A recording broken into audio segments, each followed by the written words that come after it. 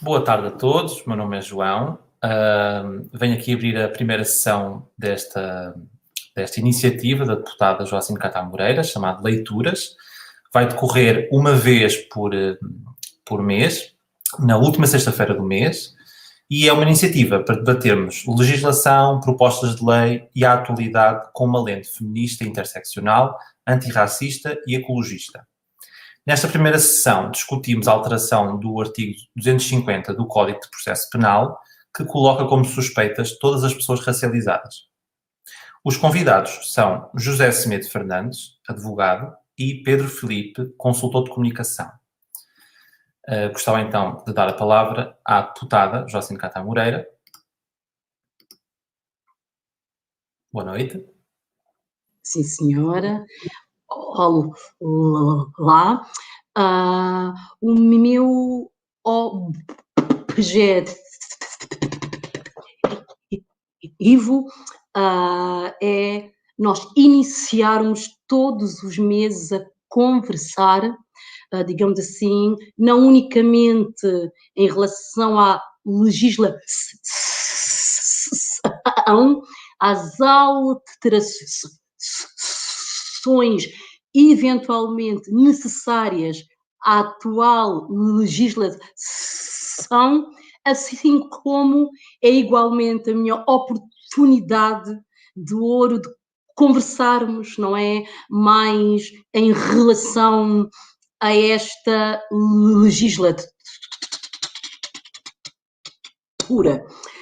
E esta é uma legislatura com uma ótica feminista interseccional, com uma ótica antirracista e com uma ótica ambientalista. Estas óticas, obviamente, irão se refletir na maneira como eu olho para esta legislatura, as minhas iniciativas legislativas, a maneira como eu irei contribuir para que estas óticas oriundas de um ativismo também estejam refletidas hoje na legislação.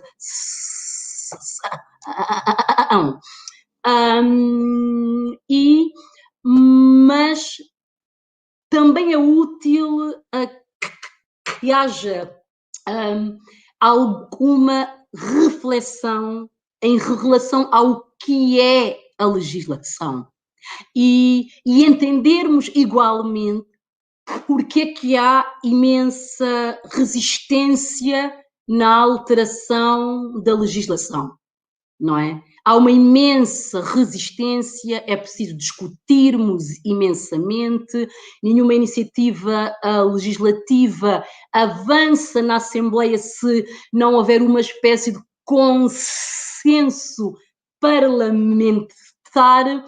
E como é que num ambiente com ideologias totalmente diferentes, de indivíduos desde a esquerda, a uma esquerda mais moderada, a uma esquerda mais à direita, depois a direita, até a uma ótica mais liberal, e hoje em dia a uma ótica também ela muito relacionada com uma ótica da extrema-direita, com a eleição de um partido que tem uma ótica absolutamente relacionada, não é, com estas ideologias mais conservadoras ou ultraconservadoras, misóginas, sexistas, racistas e também liberais, não é? E num ambiente igual a este, de uma diversidade enorme em termos de ideologia, como é que nós conseguimos que as nossas iniciativas legislativas efetivamente sejam votadas favoravelmente?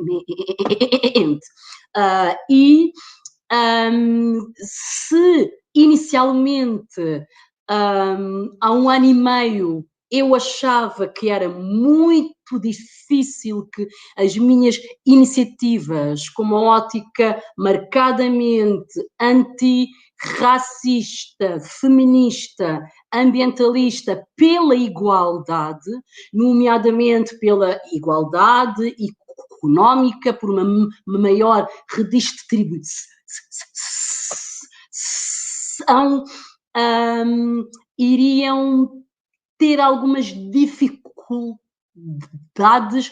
Eu hoje em dia acho que independentemente de alguns obstáculos ideológicos, é hora de nós insistirmos na melhoria da nossa legislação. E este último ano foi, digamos assim, um ano de muitos desafios institucionais, não é? Em que, da mesma maneira que eu necessitei de me ambientar ao ambiente da Assembleia, o ambiente da Assembleia também necessitou de se ambientar com a existência de uma deputada, mulher negra, antirracista, uma ativista, uma feminista, uma académica e por ali fora. Houve algumas iniciativas que receberam um acolhimento importantíssimo durante este ano e nas várias áreas, desde a minha iniciativa da existência de uma avaliação ambiental estratégica para a mineração no âmbito do orçamento do Estado, até a minha iniciativa também no âmbito do orçamento do Estado para a criação de um observatório do discurso de ódio, racismo e xenofobia, até iniciativas para combater a pobreza energética, de acesso à água, de investimento na ferrovia, mas igualmente também da autonomização do crime de coação e de violência sexual, da inclusão digital, etc. Mas nós iremos hoje dar alguma ênfase a um início de iniciativas que são exatamente para melhorar a legislação no sentido de torná-la uma legislação antirracista. Então é necessário nós entendermos antes o que é que significa isto de uma legislação ou de se legislar de maneira, digamos, antirracista. Número 1, enfatizar que uma legislação antirracista, ela é uma legislação pelos direitos humanos. Ela é uma legislação pela igualdade. Igualdade, nomeadamente igualdade de tratamento. Ela é igualmente uma legislação que tem também como objetivo reforçar as instituições democráticas, reforçar os valores democráticos, reforçar os valores de 25 de Abril de descolonização, valores anticoloniais, valores pela liberdade, valores por um ambiente institucional que não seja um ambiente coercivo, que não seja um ambiente agressivo e especialmente um ambiente em que todos e todas nós, independentemente dos nossos rendimentos, independentemente do espaço onde nós habitamos, da área onde nós nos encontrarmos,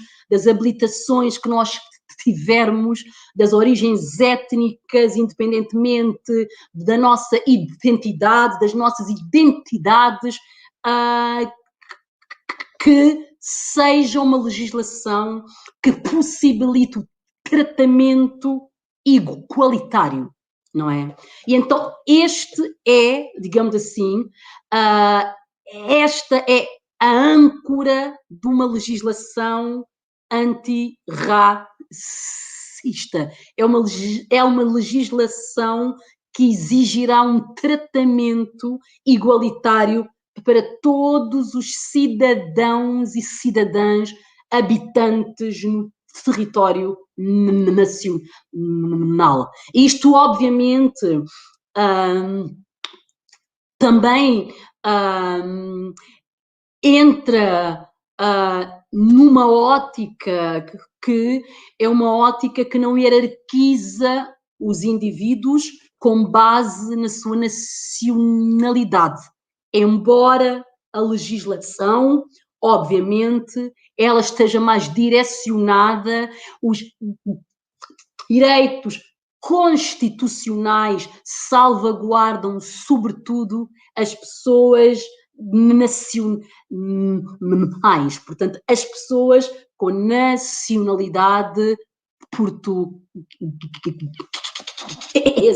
Mas esta época em que nós estamos, é uma época que também nos exige uma alteração de ótica, que nos exige que nós olhemos também para os imigrantes e para os estrangeiros enquanto elementos que fazem parte naturalmente da nossa sociedade, mas que também são elementos que se calhar é hora de nós repensarmos a sua cidadania, não é? Se nós olharmos para o contributo anual que milhares e milhares e milhares de imigrantes todos os anos dão, nomeadamente à segurança social, com o seu trabalho,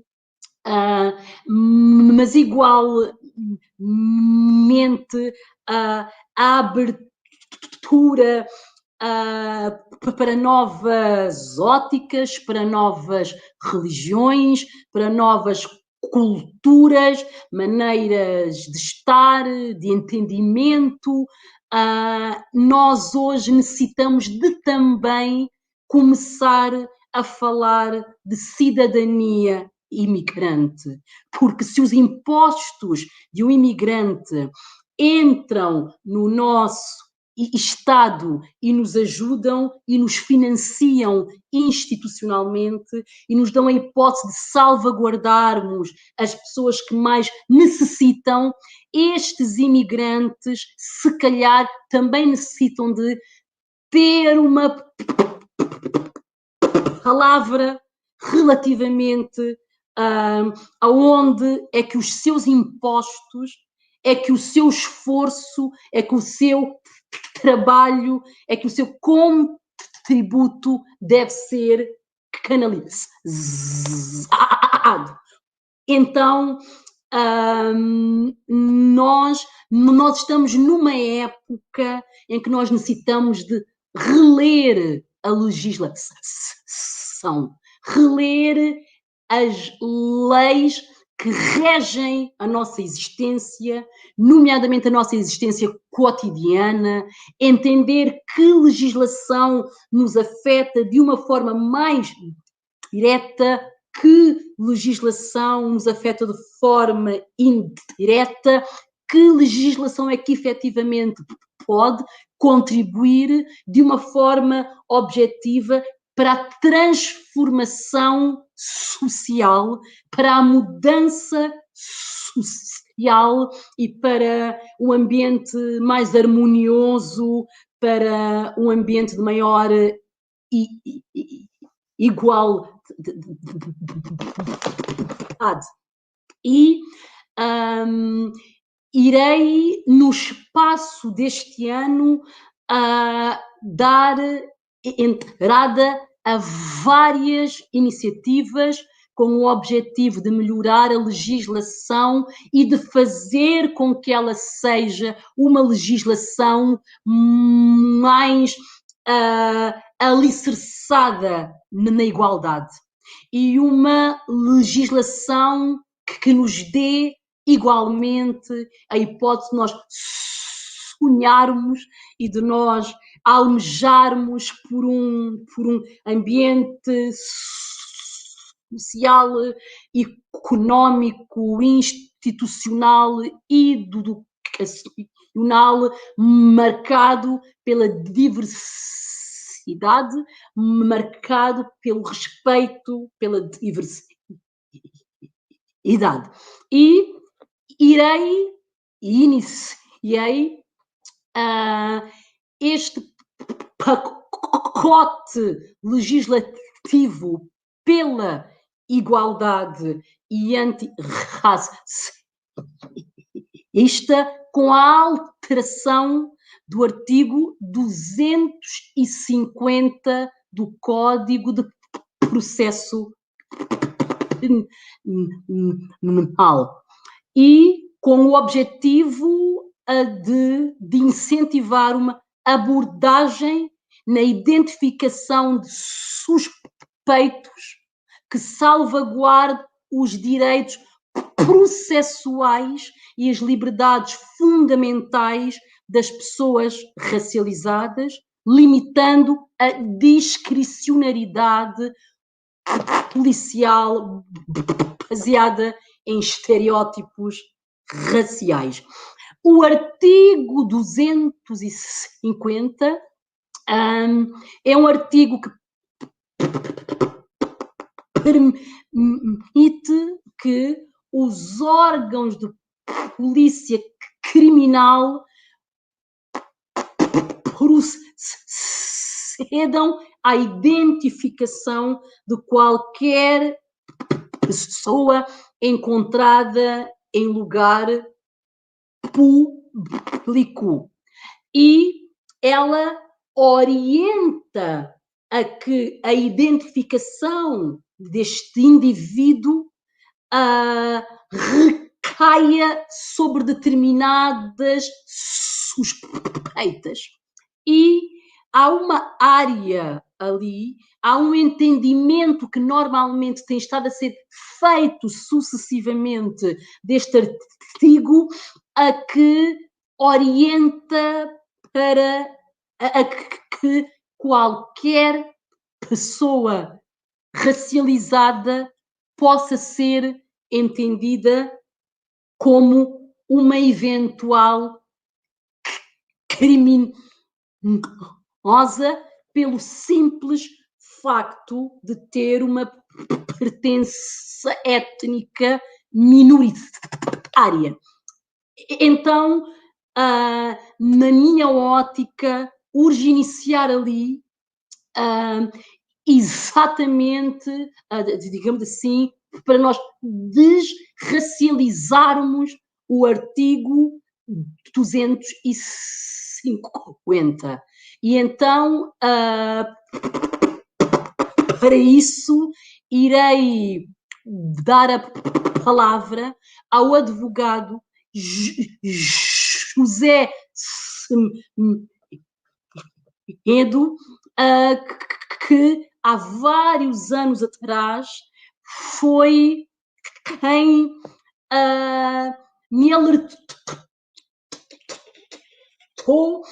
digamos assim, para a necessidade de alteração deste artigo, que é um artigo que, embora não seja um artigo racista, que não seja uma legislação racista, ela abre alas para interpelações racistas, ela abre alas para abordagens racistas, ela abre alas para revistas humilhantes, ela abre alas para um ambiente que, no nosso entender, é um ambiente que precisa de ser alterado. Este artigo abre alas para uma desigualdade de tratamento e não se pode mais normalizar o facto de ainda hoje em dia existir uma legislação que, embora não seja uma legislação racista,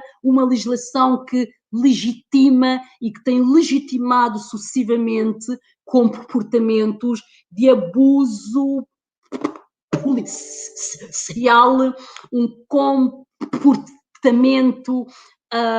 que, na nossa ótica, urge alterarmos.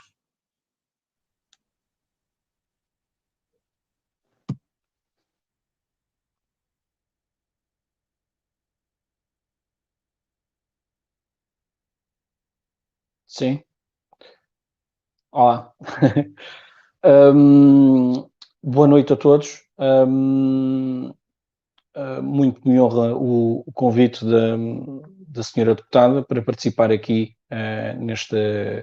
nesta conferência ou neste live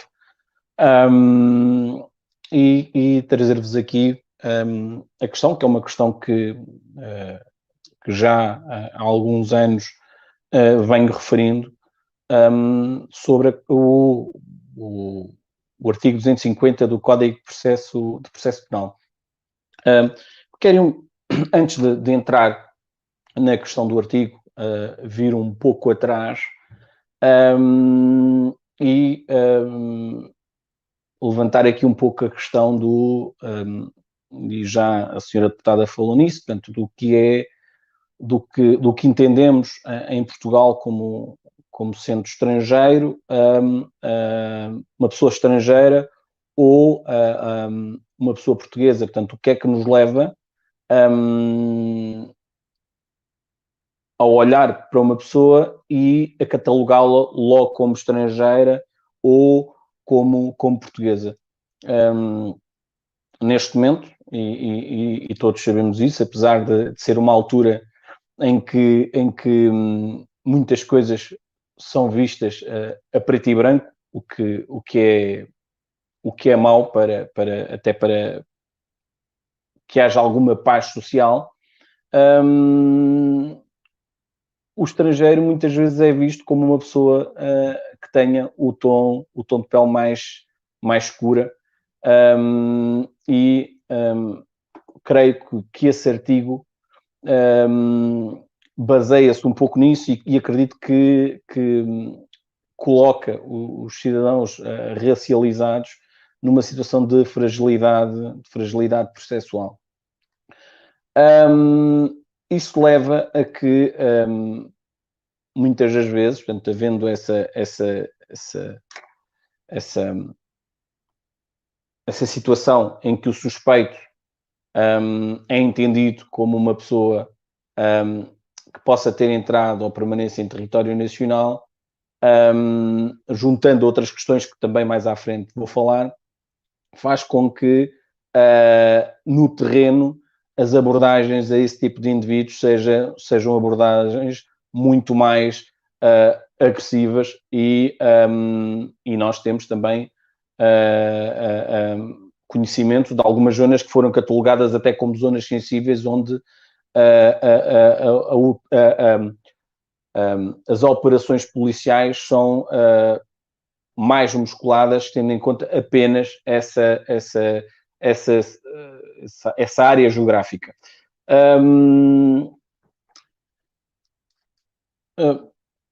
Contar-vos uma história de quando ainda era estudante, portanto, um estudante do ensino secundário, em que sou abordado na rua, a caminho da escola, e pergunto a um agente, eram três, portanto, ao agente queriam revistar a mochila da escola, e eu pergunto qual era o motivo que tinham para me revistar. E um desses agentes disse-me expressamente que não precisavam de ter nenhuma justificação e que essa foi as palavras que utilizou: um preto é sempre suspeito. Eu, apesar de ter gravado essa frase, portanto, só mais à frente, depois de ter feito já o curso de Direito e ter feito já o estágio na Ordem dos Advogados, é que me deparo com um artigo que faz-me relembrar essa situação que aconteceu enquanto jovem, enquanto estudava no ensino secundário, e que veio, de certa forma, completar tudo o que esse agente, esse órgão de polícia criminal me tinha dito. Então, o que é que esse artigo diz? Portanto, o artigo 250 do Código de Processo Penal, que legitima as autoridades policiais a interpelarem e a identificarem um suspeito. Diz, então, esse artigo que os órgãos de polícia criminal podem proceder à identificação de qualquer pessoa encontrada em um lugar público, aberto ao público ou sujeita à vigilância policial, sempre que sob ela recaiam fundadas suspeitas da prática de crimes. Até aqui tudo bem. A partir daí, o que diz o artigo é que também esses órgãos de polícia criminal podem proceder à identificação de qualquer pessoa que esteja na pendência de processo de extradição ou de expulsão, de que tenha penetrado ou permaneça irregularmente em território nacional. Portanto, essa passagem, o que eu costumo dizer é que essa passagem pinta o suspeito de uma determinada cor. Porquê? Uma das questões que se podem colocar, portanto, ou uma das perguntas que se podem colocar, é como é que o agente policial, ou seja, esse órgão de polícia criminal, consegue identificar quem entrou ou quem permanece em território nacional numa operação de fiscalização. Portanto, qual é o critério, qual é a unidade de medida para se perceber quem é que entrou e quem permanece em território nacional. Acresce que, e também é um outro reparo que faço a esse artigo, o entrar e o permanecer em território nacional não são crime. Portanto, e nós estamos a falar do Código de Processo Penal, que trata de questões criminais. O entrar e o permanecer em território nacional é um ilícito de mera ordenação social, que é regulado pela Lei 23/2007, 4 de julho, portanto, pela Lei de Estrangeiros. Portanto, a consequência da entrada e da permanência em território nacional é a aplicação de uma coima nos termos dessa mesma lei, da Lei 23/2007. Portanto, não é crime. E creio que o legislador, quando criou o artigo dessa forma, misturando critérios criminais ou conceitos criminais com conceitos contraordenacionais, cria ali uma confusão que mesmo para o agente fiscalizador cria algum tipo de dúvida. Porquê? Porque, como já disse, para o agente fiscalizador, ou seja, para o órgão de polícia criminal que está a fazer essa dita fiscalização, ele terá grande dificuldade, por exemplo, se tiver à saída do metro um afrodescendente, portanto, alguém português, alguém que tenha nascido em Portugal com origens africanas e que tenha a nacionalidade portuguesa, e ao lado, por exemplo, um cidadão de leste. Portanto, não será difícil perceber portanto, se houver uma fiscalização com esse intuito de perceber quem é que entrou e permanece ilegalmente em território nacional, que com quase toda a certeza não será o cidadão do leste a ser abordado, mas sim o cidadão que nasceu em Portugal e que tem origens africanas. E como já disse, isso coloca, já referi, portanto, essa situação, na minha opinião, coloca as pessoas racializadas principalmente as afrodescendentes, as origens africanas, numa situação de fragilidade processual, onde a abordagem por parte do órgão de polícia criminal está quase que justificada pelo próprio artigo, e daí eu ter ouvido a dita frase, um preto é sempre suspeito. Portanto, outra dificuldade que acredito que esse artigo traga, e que muitas das vezes essa abordagem, quando corre mal, termina, na maioria das vezes, com uma detenção e com um crime de resistência e coação sobre funcionário, que seria, portanto, não estou a dizer que não se deva fazer a fiscalização, a ideia não é essa.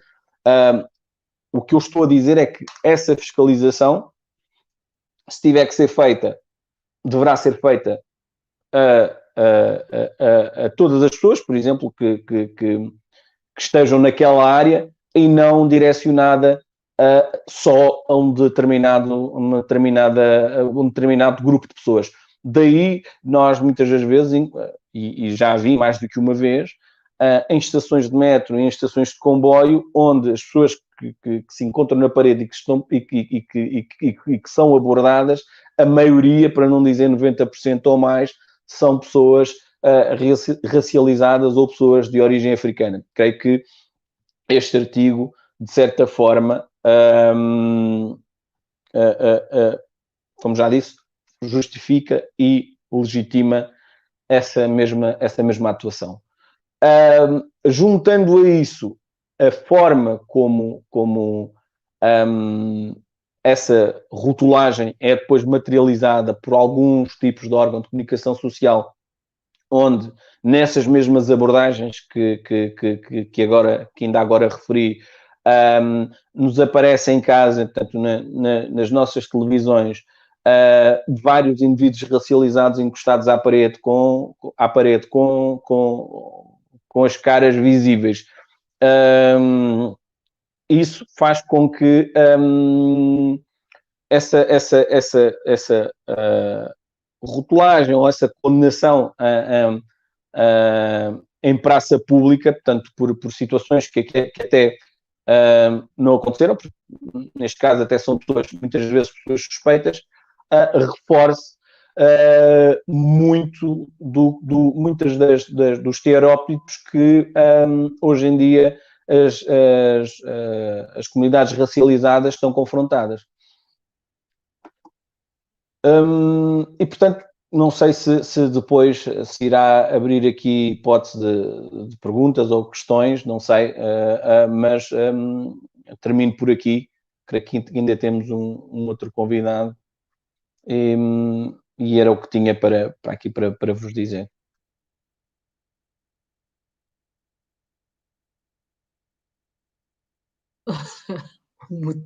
Então, iremos neste momento ouvir o Pedro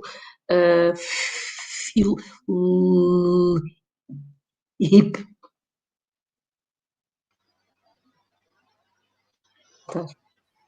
Olá, Pedro. Olá, Joacine, muito boa noite a todos. Muito obrigado pelo convite para estar aqui hoje. Quero também cumprimentar o José e o João e deixar aqui a minha opinião sobre este tema, que vai ser um pouco mais breve, mas é o que me compro a dizer. Eu já não sou advogado, ainda sou jurista porque me licenciei em Direito, mas tenho uma opinião muito clara sobre o artigo 250 do Código de Processo Penal, que é, ele não sendo racista na sua configuração, ele tem aqui uma cláusula aberta que permite uma interpretação demasiado extensiva sobre um tema que será o tema que tem que ser aqui debatido, que é em que é que consiste a nacionalidade. Não é? Porque quando damos a um agente da autoridade que está na rua a hipótese de pegar, interpretar e aplicar logo este artigo quando decide-se, bom, vou olhar para um cidadão e este cidadão não me parece que seja português, ele o faz simplesmente por causa do fenótipo da sua pele, bom, ele é negro, logo tem esta autoridade, se calhar o que devia ter sido feito antes era toda esta conversa, agora precisa ser feita a nível nacional, que é o que é um português. Nós hoje estamos aqui os três a conversar, eu sei que, os três, desculpa, João, os quatro a conversar, e eu sei que somos os quatro portugueses, mas se calhar para muita gente que nos vai ver, vai achar que não, vai achar que são três americanos e um português, porque vai olhar para o João e vai dizer necessariamente que ele é português, e vai fazê-lo em função do tom da pele.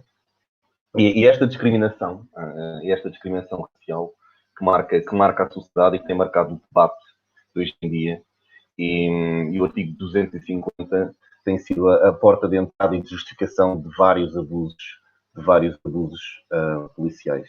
O José contou uma história que passou consigo. Eu tenho uma história que não se passou comigo, mas passou-se com um dos meus melhores amigos que um dia me contou muito em choque, que ele estava em idade escolar e teve um desaguisado na escola com um colega negro, e ele e dois colegas, ambos brancos, saíram a persegui-lo, e estavam a persegui-lo, a gritar, e quando perseguiam a gritar, surgiu um polícia, que obviamente não sabia nada do que estava a passar, e pegou nesse rapaz negro, sem saber o que estava a passar, pô-lo no chão, imobilizou e bateu-lhe logo ali à frente deles. E eles viram aquilo e até eles mudaram logo, porque de repente, não é? Uma coisa é desaguisado entre crianças do secundário e outra coisa é um agente de autoridade estar já a bater sem qualquer tipo de justificação, uma criança, porque era de facto uma criança. E eles próprios tentaram impedir aquilo, o que está a fazer, como é que ele está a bater, e o polícia virou-se para eles, virou-se para o Diogo e para os amigos e disse-lhes: eu sei o que é que estou a fazer porque um preto a fugir para mim é culpado. Ou seja, foi um bocadinho mais longe do que os que abordaram o José. E esta é muito mentalidade que está enraizada em certas instituições em Portugal, à cabeça as forças de segurança, o CEF, a TST e a GNR, e é uma visão societária, que nos tem perseguido e que finalmente está a ser abordada, também por ti, assim, e muito te congratulo pelo trabalho que tens feito, para um grande debate societário que todos temos que ter, de uma forma franca e plena, que é o que é um português e como é que o Estado trata todos os portugueses. Ou porque é que há portugueses de primeira e portugueses de segunda, porque é que há portugueses que a lei legitima que sejam tratados de forma indiferenciada por quem a prover e por quem tem autoridade para tal. E acho que esse deve ser o mote da conversa que vamos ter aqui agora.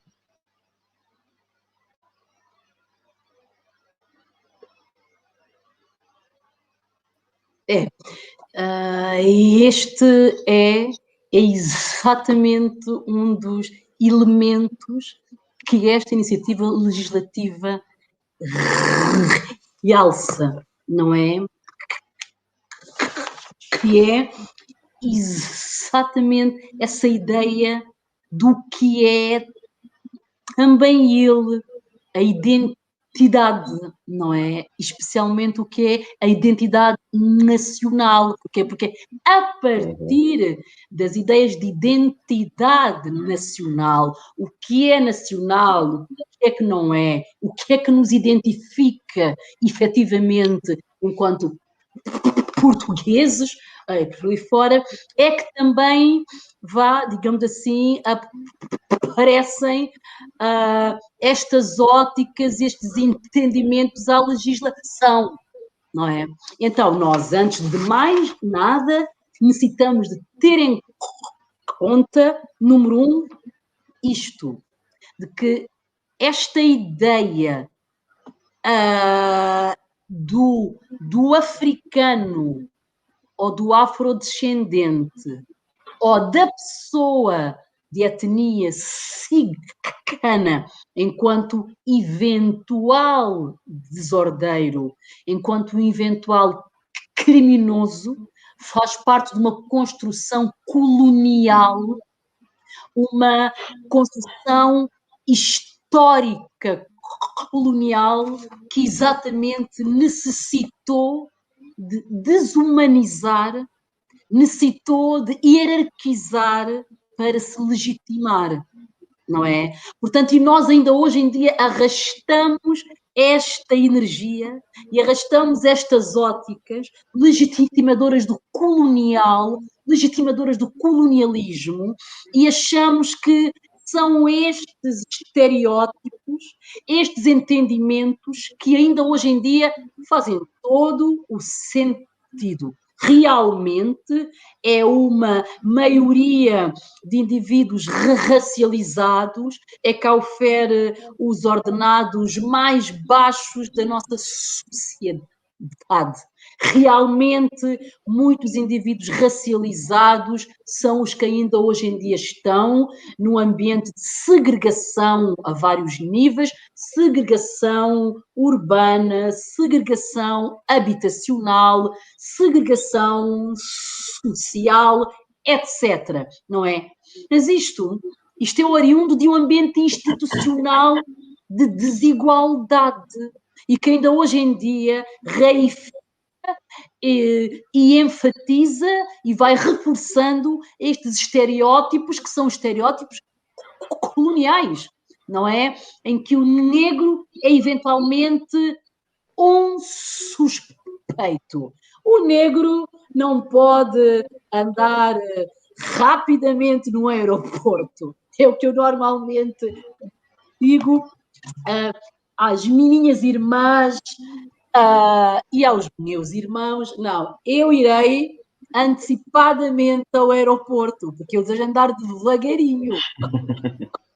Porque eu sei que se entrar no aeroporto muito ansiosa, a acelerar, a arrastar as malas de um lado e do outro, alguém vai me interpelar de certeza absoluta.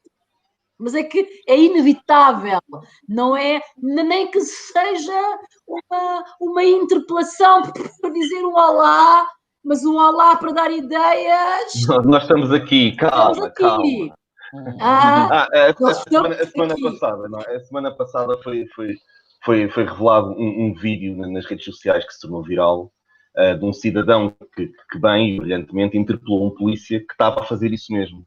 Não sei se viram, depois passou até no polícia. Sim. Ou seja, ele estava numa esplanada ali no Adamastor, no Chiado, e viu um cidadão negro ser interpelado por um polícia da forma que os polícias sempre nos interpelam.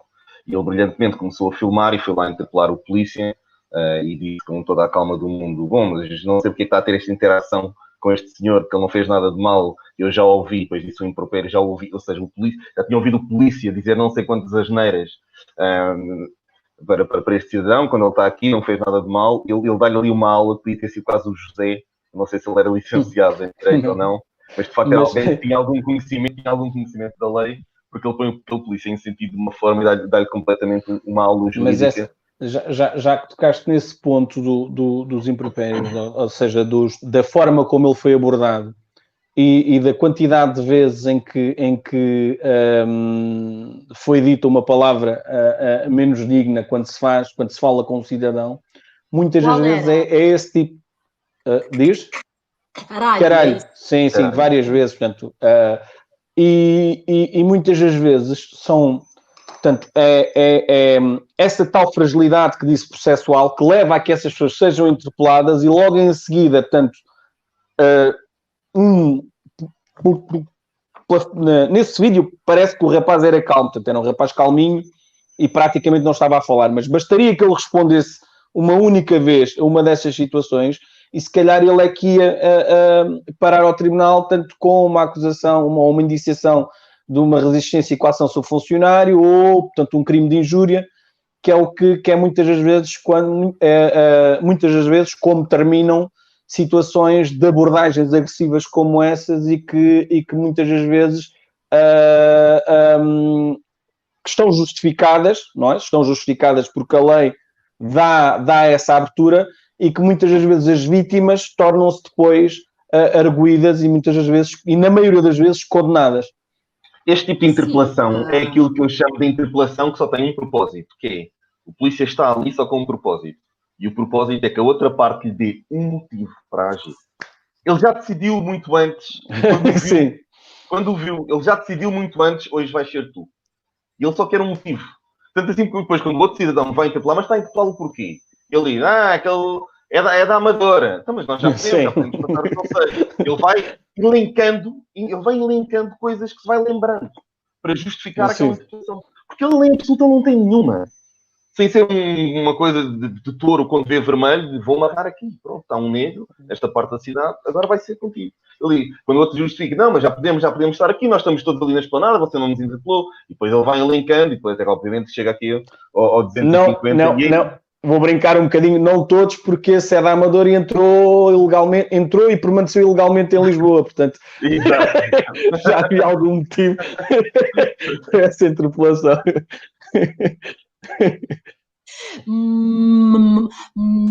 Mas é esta legitimidade que o artigo 250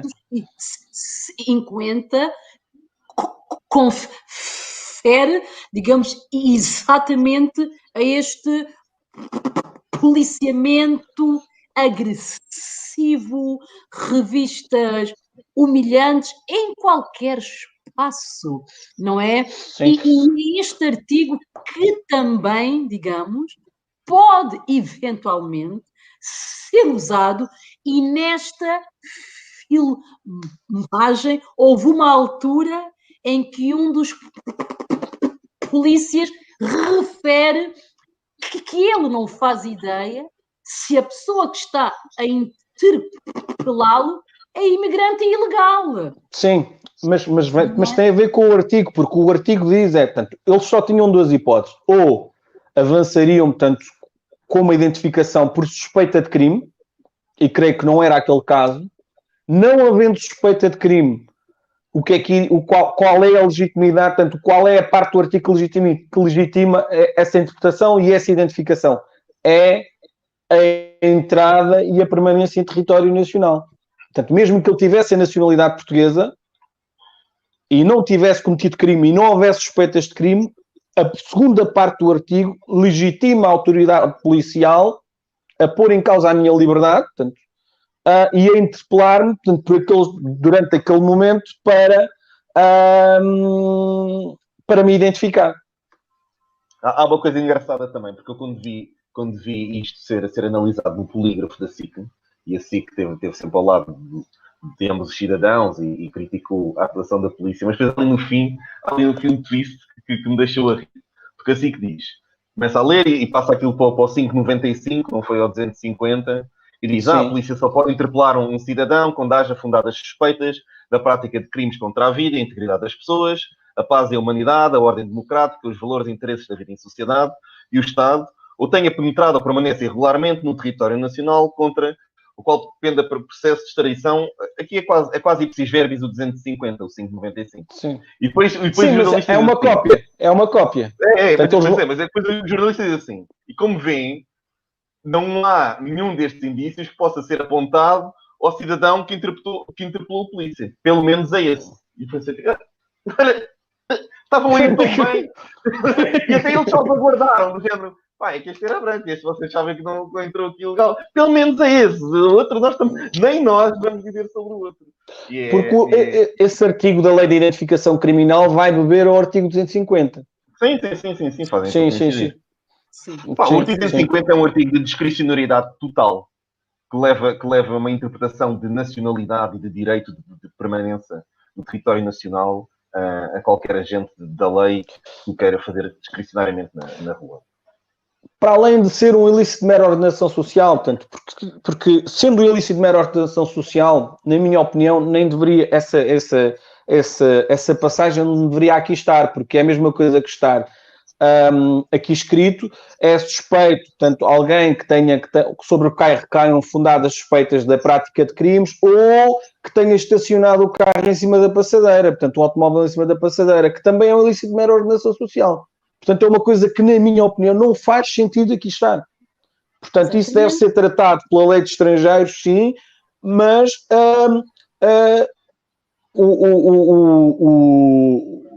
misturando, portanto, acresce que misturando conceitos criminais com conceitos de mera ordenação social, Tu crias aqui uma confusão no órgão fiscalizador, portanto, nos órgãos de polícia criminal, onde já não conseguem separar o que é criminal e o que é controle nacional.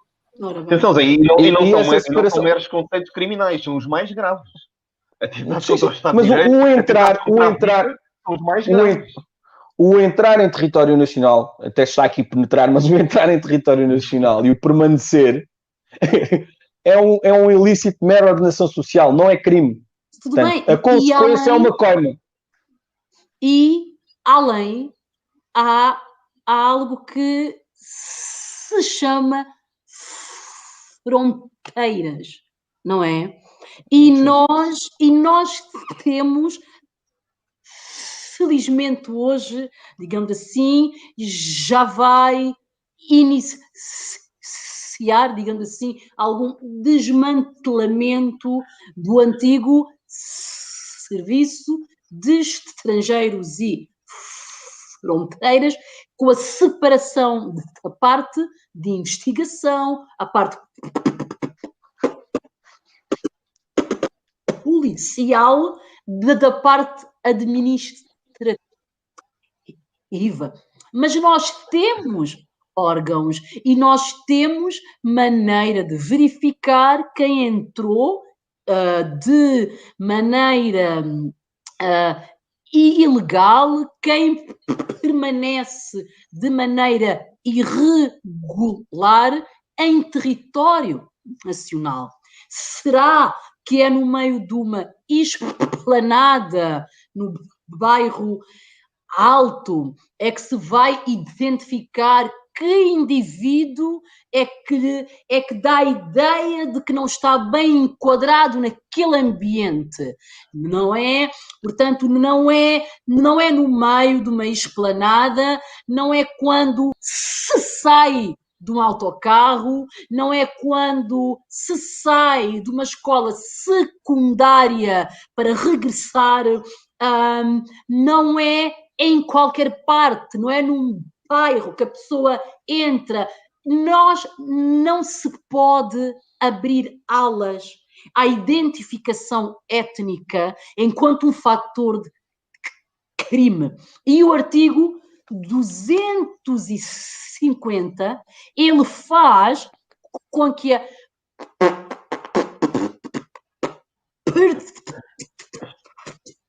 pertença étnico-racial de um indivíduo e, mais concretamente, a sua cor de pele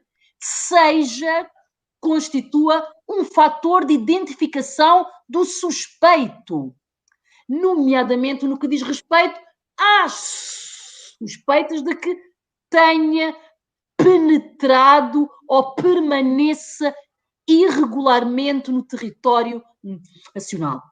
E isto também é algo que parte das concepções de identidade nacional e de cidadão nacional que remete para fora do território nacional, para fora do corpo nacional, toda a diversidade e a multiculturalidade que caracteriza Portugal e a população nacional.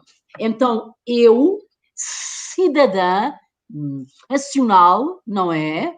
Eu posso ser interpelada em qualquer ambiente, em qualquer espaço onde eu ande, se um polícia, eventualmente, considerar que me pode abordar porque eu faço-lhe recordar um cidadão ou uma cidadã que tenha entrado de forma irregular e que esteja irregularmente, não é? Portanto, o que nós desejamos com a alteração deste artigo é exatamente evitar abusos e violação dos direitos humanos.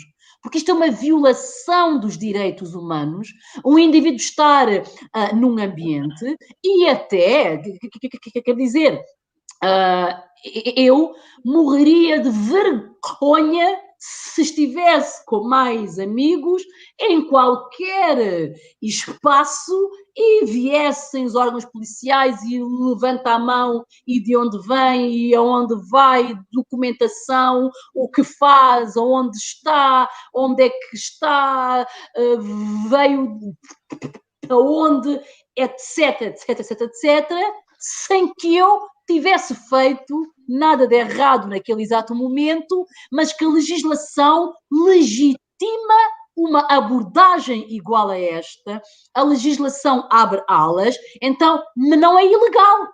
Não é ilegal eu ser abordada a andar de autocarro, à saída da estação, à saída da Assembleia, num aniversário. Há uns anos atrás, eu tive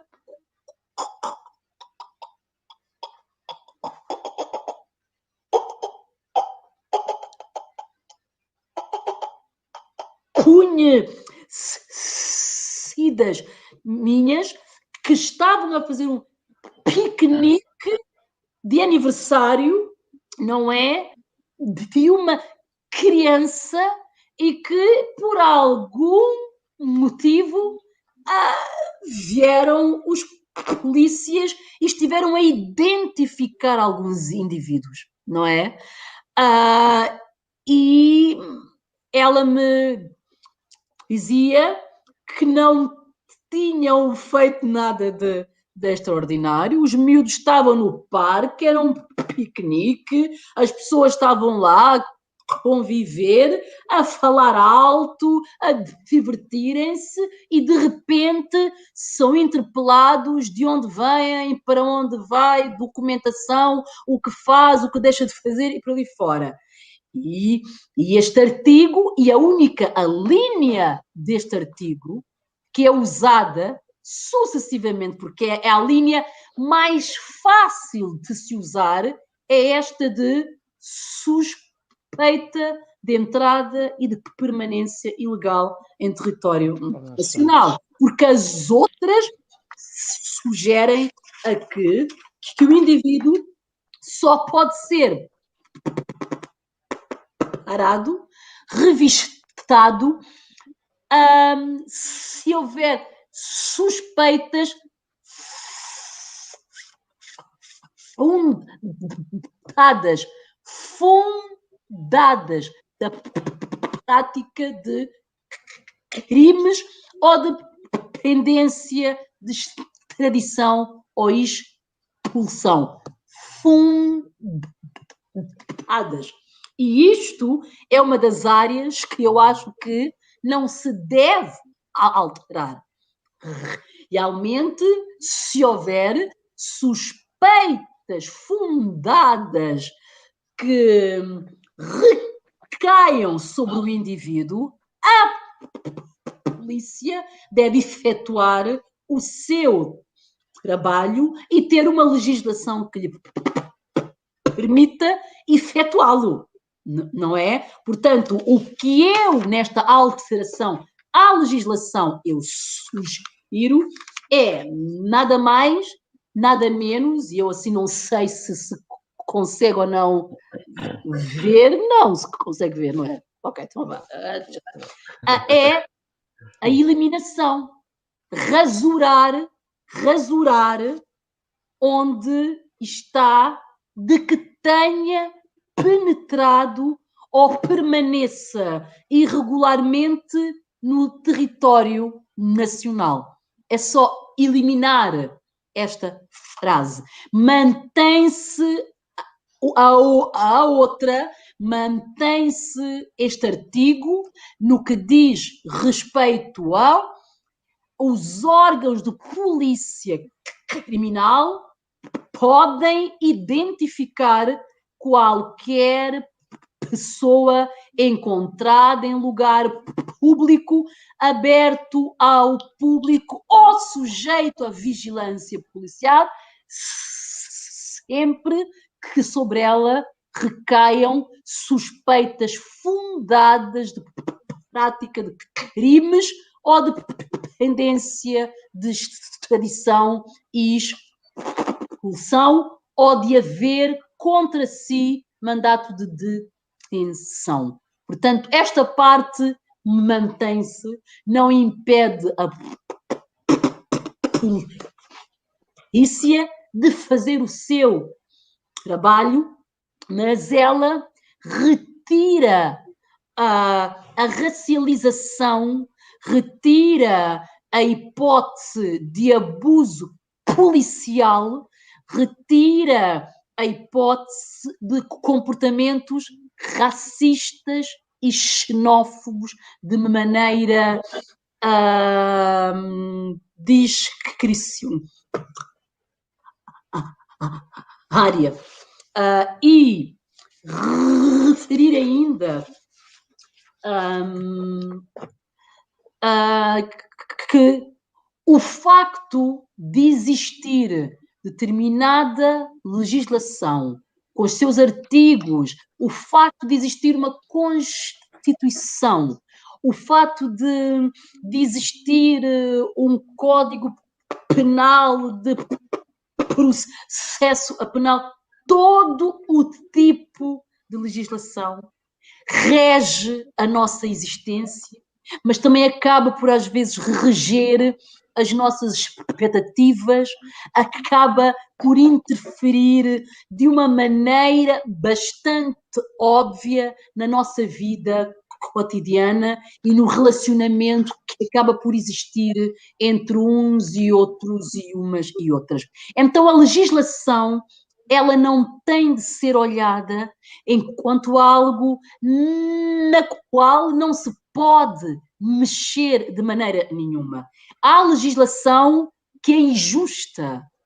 Há legislação que precisa de ser melhorada. Isto porquê? Porque a legislação também precisa, ela, de se adaptar às reivindicações de uma sociedade, à evolução de uma sociedade. E não, nós estamos em épocas em que nós exigimos a igualdade, a todas as formas de igualdade. Igualdade não significa que uns tenham mais, agora outros tenham menos, de que agora uns tenham mais direitos do que outros. Igualdade significa tratamento igual perante a legislação, não é? E não sei se alguém mais deixa de dizer alguma coisa, que eu já falei bastante. Eu estou de acordo com tudo que disseste. Acho que fizeste aqui uma excelente leitura e acho que a incidência deste artigo e a sua permanência e haver forças políticas que vão lutar pela sua permanência não é inocente. É um artigo de controle social, é um artigo que lembra a toda uma comunidade, estejas tu onde estiveres a fazer, seja o que for, eu tenho poder para te importunar e para te humilhar ali naquele momento, para naquele momento ter sempre um julgo sobre ti.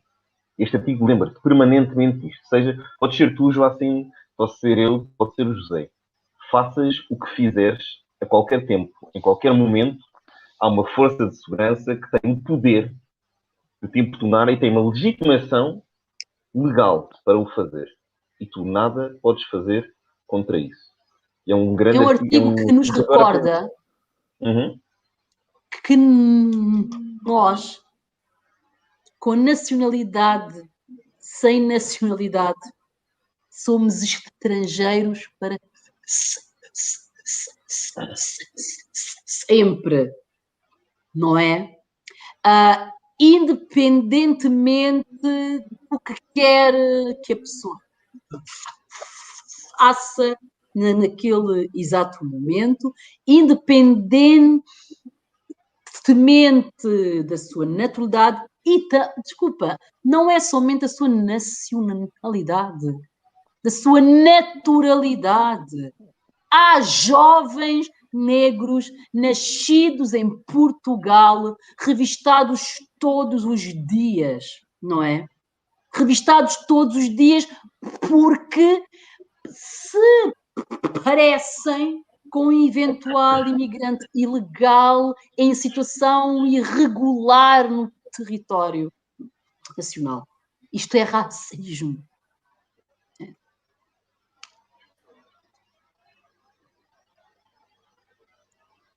O José diz qualquer coisa. Não, é mesmo isso. Portanto, eu já tinha referido, tinha até dado esse exemplo, portanto, é confirmar o que já disseram, não é? Porque como é que, qual é a ferramenta que um agente pode utilizar numa fiscalização, por exemplo, à saída de uma estação de metro ou de comboio, para saber, portanto, para diferenciar, por exemplo, um jovem afro, com origens africanas, que tenha nascido em Portugal e que tenha a nacionalidade portuguesa, e um cidadão ucraniano que nem residência tenha, ou que tenha entrado há uma semana. Portanto, se fizermos se imaginarmos, portanto, esse episódio, sabemos claramente quem é que vai ser parado. Portanto, nunca seria o cidadão oriundo de leste a ser parado para ser fiscalizado no âmbito da imigração ilegal. Portanto, seria sempre o jovem que nasceu em território nacional, portanto, jovem, agora até já, muitos já nem são jovens, portanto, a pessoa que nasceu em território nacional e que tem nacionalidade portuguesa.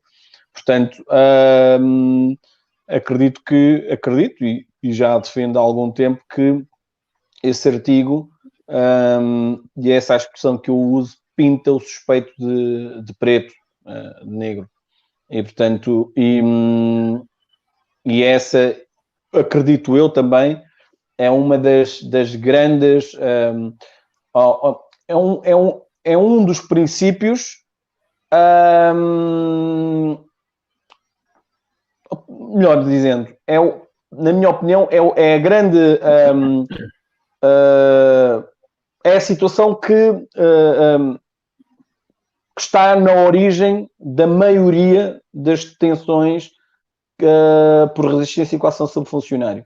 Acredito que é dessa forma que a maioria das situações se dão, porque nós somos pessoas e imagino-me a mim a sair de uma estação de metro, portanto, vindo, por exemplo, do meu emprego, e estar a ser atirado contra a parede para apresentar o meu cartão de cidadão, portanto, ou mesmo, portanto, antes de apresentar o meu cartão de cidadão, não é?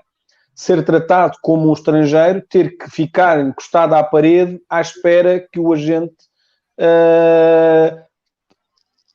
observe o documento de identificação que trago, ou, se não tiver esse documento de identificação, que esteja a aguardar, que é o que acontece, que o CEF confirme se eu sou estrangeiro ou não, portanto. Ou seja, eu sinto, portanto, e muitas pessoas sentem isso, alguma, para não dizer grande, injustiça nessa forma ou nessa abordagem que é feita, e demonstram, e essa forma de fazer as coisas prova-nos, e já disseram isso, ou com isso tentam-nos provar que nós somos diferentes. Portanto, mesmo que tenhas nascido cá e que tenhas a nacionalidade portuguesa, mesmo que tenhas a nacionalidade portuguesa por naturalização, o que interessa é a cor da pele e é por aí que nós nos vamos guiar. Sim, sim. Esta iniciativa legislativa está neste exato momento a ser alvo de pareceres, não é? Portanto, são estes pareceres que irão orientar a Assembleia em relação à constitucionalidade da iniciativa ou não, se está de acordo com os procedimentos regimentais da R e se pode ser discutido e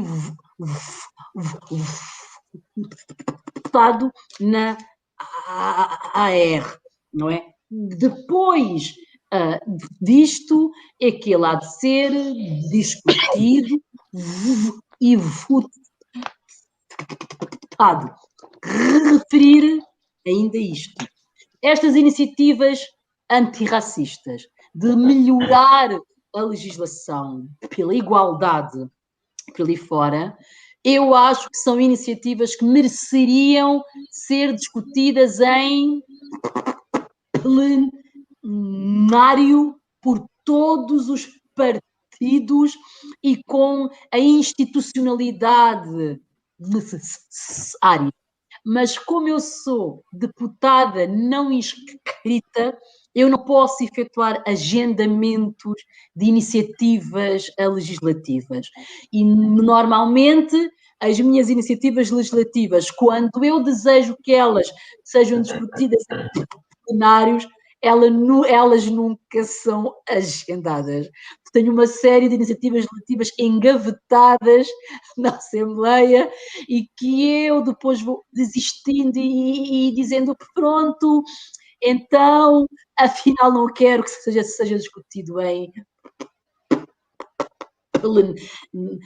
plenário, vai antes ser discutido numa das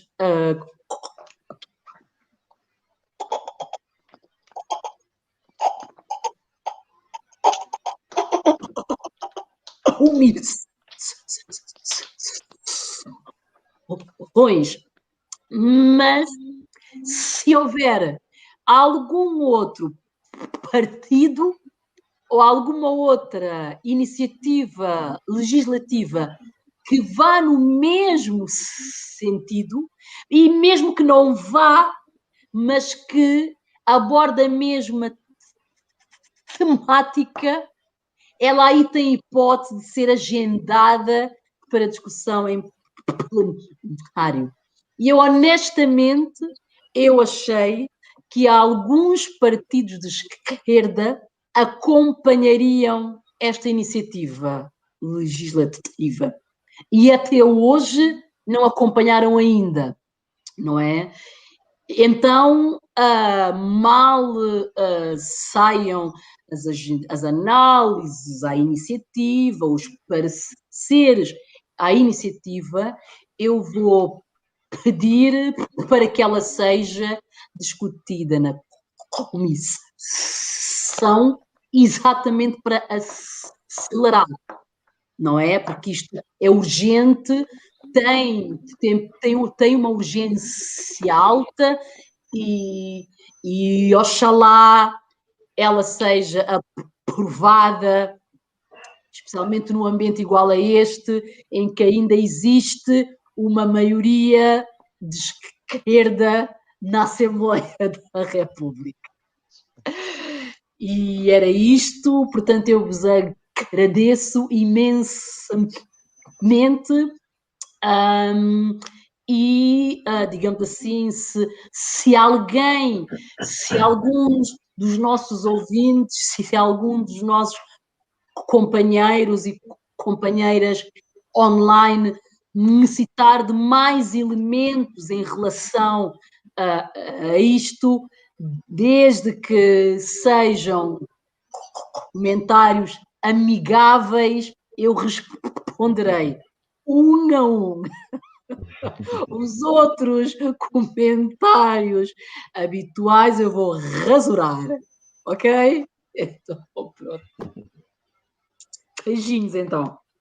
Obrigado pelo tchau. convite, Joacim. Um abraço, José.